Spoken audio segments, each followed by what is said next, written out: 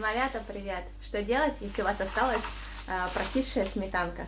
У меня целая пачка, и расскажу, что можно сделать из этой сметаны. Получатся вкусные оладушки. Берем сметану, перекладываем в мисочку и немножечко подогреваем, чтобы она стала, не то чтобы слишком горячей, такой, ближе к комнатной температуре. Поставим микроволновку буквально на 15 или 30 секунд. Теперь нам потребуется мука. Сколько брать муки? Значит, ровно столько же, сколько у вас сметаны. Если сметаны 200 грамм, то и муки 200 грамм. Если сметаны там полстаканчика, то и муки полстаканчика. Просеиваем такое количество муки, чтобы получилось одинаково.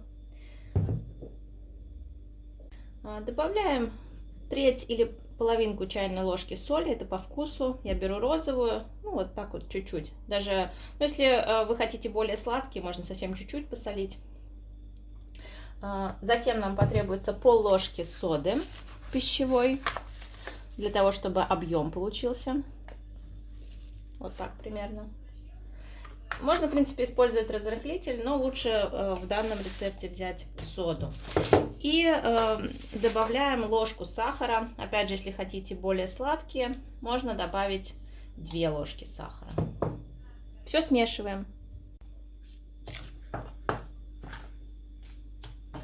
Просто ложкой смешиваем.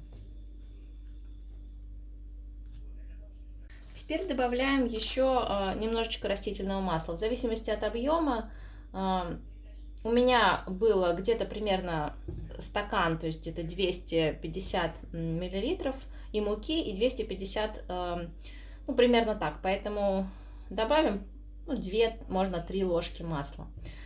Вот. Рассчитывайте по своему объему. Если у вас меньше, то можно чуть-чуть меньше положить. Если больше, то больше. Должно получиться примерно вот такое тесто. Оно похожее на тесто для сырников чем-то.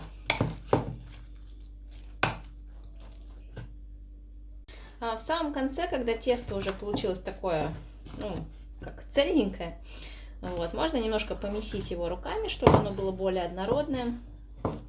И в это же время я поставила разогреваться сковороду на почти что максимальный огонь, такой перед максимальным, чтобы она была горячая, в общем.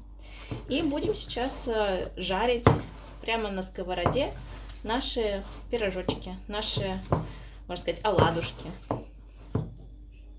Так, теперь у нас, когда сковородка уже разогрелась, мы берем немножечко теста руками прям и формируем первый наш пирожочек.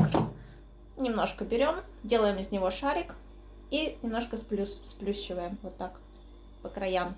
Разравниваем, делаем той формы, как нам нравится, чтобы он получился такой вот фигурный. И просто кладем поверх. Масло для жарки, в принципе, можно использовать, в зависимости от того, какая у вас сковородка. У меня чугунная, она к ней особо ничего не липнет, поэтому я не буду использовать. Тем более я ее каждый раз после мытья тоже покрываю маслом, потому что чугунные сковородки надо хранить именно так. Но если у вас, например, какая-нибудь там, может быть, тефлоновая сковородка, не самая новая, к ней иногда там уже начинает все прилипать, поэтому можете для жарки чуть-чуть добавить растительного масла.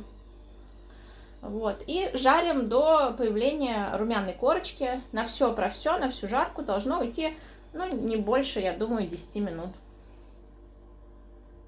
Только они начнут подрумяниваться, переворачиваем. Можно, в принципе, сделать огонь немножко поменьше, чтобы они получше пропеклись. Вот я сейчас, видите, сделала уже не самым такой горячий, а чуть-чуть ближе к середине. И продолжаем их жарить. Вот такие симпатульки получаются. Я еще люблю их поджаривать вот так немножко по бочкам, чтобы они были более румяные со всех сторон. Давайте же попробуем, как они на вкус. Вот они, какие оладушки, смотрите, такие симпатичные со всех сторон, и главное, какие огромные, они пышные, просто несколько сантиметров толщиной, хотя, когда я их выкладываю на жарку, они прям вот такие тоненькие, потом просто разрастаются, очень круто. В принципе, можно было бы их еще сделать пышнее, как, знаете, вот едят в Америке, такие прям пышные, если просто положить не на слишком горячую сковородку в самом начале, а на такую теплую, тогда они не будут быстро запечатываться, и у них будет возможность расти очень сильно. Вот, я буду их пробовать, и сегодня вообще буду завтракать вместе с фундуковым молочком. Потрясающе, это веганское молоко. Я, конечно, не веган, просто решила попробовать. Вот, но это для тех, кто хочет что-нибудь разнообразить свое питание. Можете попробовать фундуковое молоко. Я его заказала в эко-маркете. И вообще, многие вещи в последнее время я ем из эко-маркета, потому что они очень странные, необычные, и мы с ними сотрудничали, и я просто была в шоке от того, какой у них ассортимент. И оставлю вам промокод на 500 рублей. Можете получить скидку и тоже там попробовать фундуковое молочко. Короче, давайте пробовать, что у нас получилось. Так мне любопытно, прям невозможно.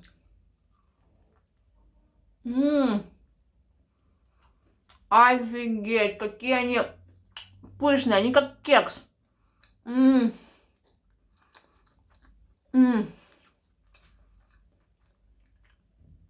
Очень вкусно. Прям охрененно.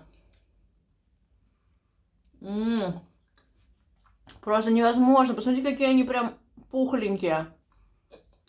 Реально как кекс. Прям такие... Десерт практически получается. Еще можно макать их во что-нибудь там. Хоть со сметаной, хоть с каким-то соусом. Можно с сиропом. Очень прям необычная.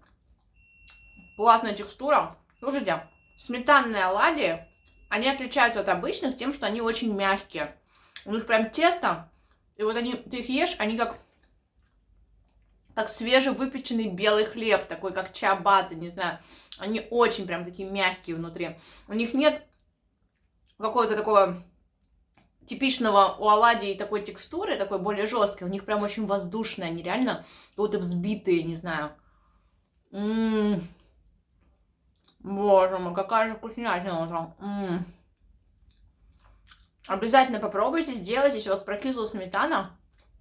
Ну, если не прокисло, то можете просто из обычной сметаны сделать. То же самое получится. Офигенно. Отличный рецепт, сохраню его в свои любимчики, в избранное. И всем рекомендую. Напишите в комментариях, если вы сделали себе такие оладьи, как они у вас получились. Если что-то вдруг не получилось, спрашивайте, я вам расскажу, что к чему, потому что это прям божественно. Приятного аппетита!